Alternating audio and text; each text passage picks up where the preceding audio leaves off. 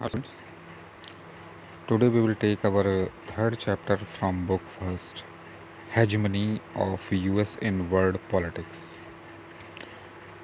Hegemony का मतलब है अपनी बात को ऊपर रखना, या इसे हम अगर आसान शब्दों में कहें तो दादागिरी करना। तो देखिए यूएस की दादागिरी। Beginning of the new world order. मैंने आपको पिछले चैप्टर में बताया था कि यूएसएसआर का जब डिसइंटीग्रेशन हुआ तो यूएस सुप्रीम पावर बन गया अकेला। वर्ल्ड बैंक और आईएमएफ जैसी संस्थाएं उसके हाथ में थी। तो देखते हैं, US hegemony started from 1945 when USA dropped atom bombs on Hiroshima and Nagasaki. US की दादागिरी, यूएस का जो वर्चस्व था वो तब स्टार्ट हुआ जब उसने जापान पर बम गिराया था। वो पहला एटम बॉम्ब हमला था जो इस तरह से किया गया था कि इसमें हज़ारों लाखों लोग मारे गए थे। ये बात है 1945 की। In August 1990 Iraq annexed Kuwait. अगस्त 1990 में इराक ने कुवैत पर कब्ज़ा किया। Iraq was tried to convince but he did not quit his aggression. Iraq को हालांकि बातचीत करके मनाने की कोशिश की गई, लेकिन उसने अपनी जो मनमानी थी वो नहीं छोड़ी। UNO gave permission to invade on Iraq during the cold war. UNO ने इराक पर हमला करने की परमिशन दी थी जबकि कोल्ड वॉर चल रही थी। US president George W Bush held the emergence of a new world order. उस टाइम यूएस के जो प्रेसिडेंट थे वो थे जॉर्ज डब्ल्यू बुश।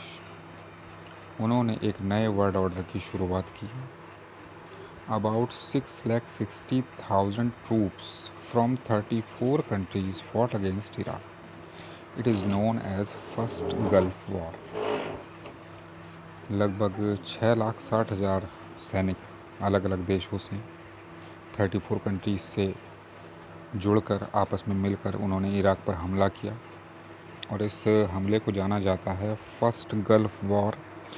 ये आप बहुत ज़्यादा ध्यान रखेंगे क्योंकि इस तरह की टर्म बहुत आएंगी अभी, और कई बार ये सिंगल वेरी शॉर्ट में पूछ लिया जाता है कि which war was known as first gulf war. ठीक है, तो आप ध्यान रखें इसको। UN gave this operations name as operation desert storm. US ने इस ऑपरेशन को नाम दिया था ऑपरेशन डेजर्ट स्टॉर्म। देखिए दूसरा नाम आ गया इसका। 75% of the coalition forces was from the US army.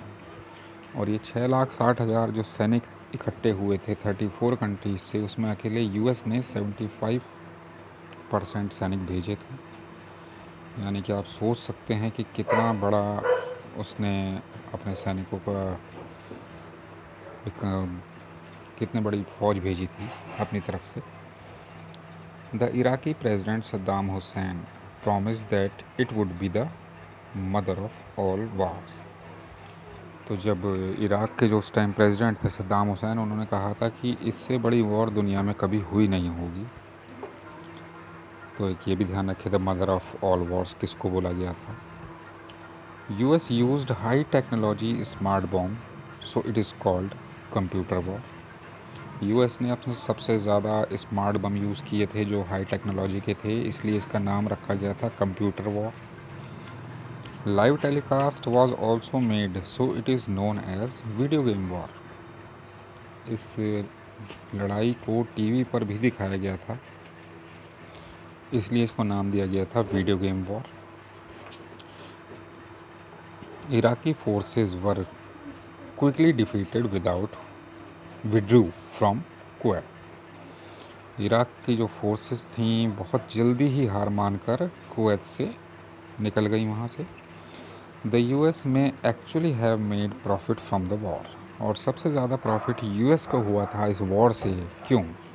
The US received more money from Germany, Japan and Saudi Arabia.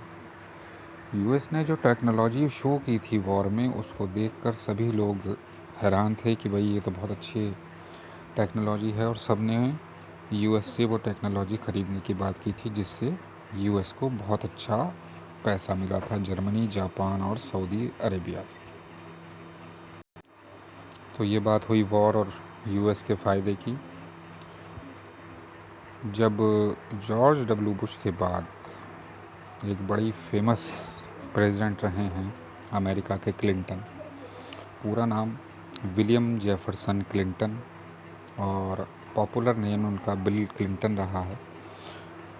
Democratic party से थे और ये इलेक्शन जीते थे 1992 में और 1996 में। 2 बार लगातार प्रेसिडेंट रहे। Clinton focused on domestic issues rather than foreign policy issue. During the Clinton year, US had withdrawn into its internal affair and were not fully engaged in world politics. Clinton ने अपने country के अंदरूनी matters को ज़्यादा focus किया बजाय बाहर के मैटर्स के, और यूएस ने अपने आप को अपने इंटरनल अफेयर्स में ही समेट कर रख लिया। उसे बाहर की दुनिया से बहुत कम मतलब था। Clinton government focused on soft issues like democracy promotion, climate change, world trade rather than on hard politics of military power and security.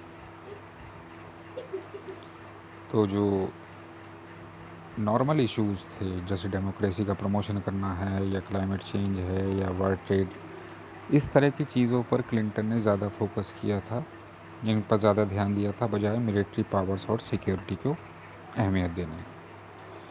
हालांकि मैं बता दूं कि वर्ल्ड में ऐसा कोई कंट्री नहीं है जो यूएस के बराबर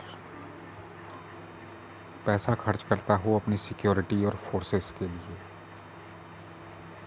पूरी दुनिया का बजट एक तरफ और अकेले यूएस का बजट एक तरफ, इतना पैसा ये अपनी सिक्योरिटीज़ में लगाते हैं, और इसीलिए टेक्नोलॉजी को इतनी डेवलप कर रखा है इन्होंने कि जो अभी नॉर्मली इंडिया अभी सोच नहीं सकता, इस तरह के जो वेपन्स इन्होंने बना रखे हैं। In 1999, Yugoslavian action to stop the protest against the predominantly Albanian population in the province of Kosovo। Yugoslavia में भी एक आपस में जो ईसाइयों की लड़ाई है वो चली थी 1999 में, और कोसोवो में जो अल्बानियन पॉपुलेशन थी जिसका होल्ड था वहाँ पर, उसके खिलाफ यूगोस्लाविया ने एक्शन लिया था, विरोध किया, उनका प्रदर्शन किया। The NATO countries led by the US bombard targets around Yugoslavia for 2 months। तो जो नाटो कंट्रीज़ थे जो यूएस के साथ थे, उन्होंने यूगोस्लाविया के चारों तरफ बहुत ज़्यादा बमबारी की, लगभग 2 महीने तक।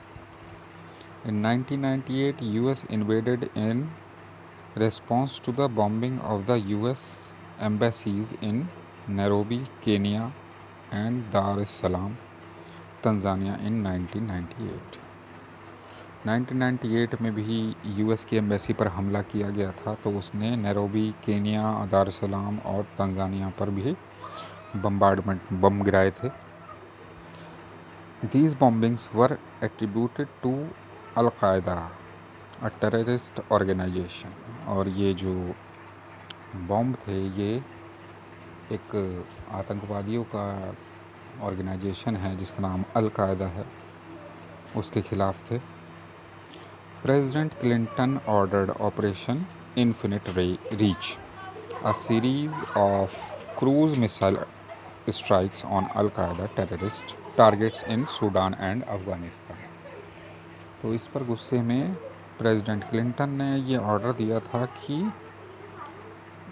अल-कायदा के जो टारगेट हैं सूडान और अफ़गानिस्तान में, यहाँ पर मिसाइल से अटैक किया जाए, और उसको नाम दिया गया था operation infinite reach.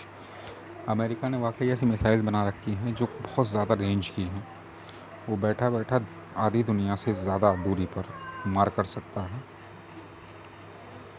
So US didn't take permission on the UN and break all the rules of the war and also targeted the civilians.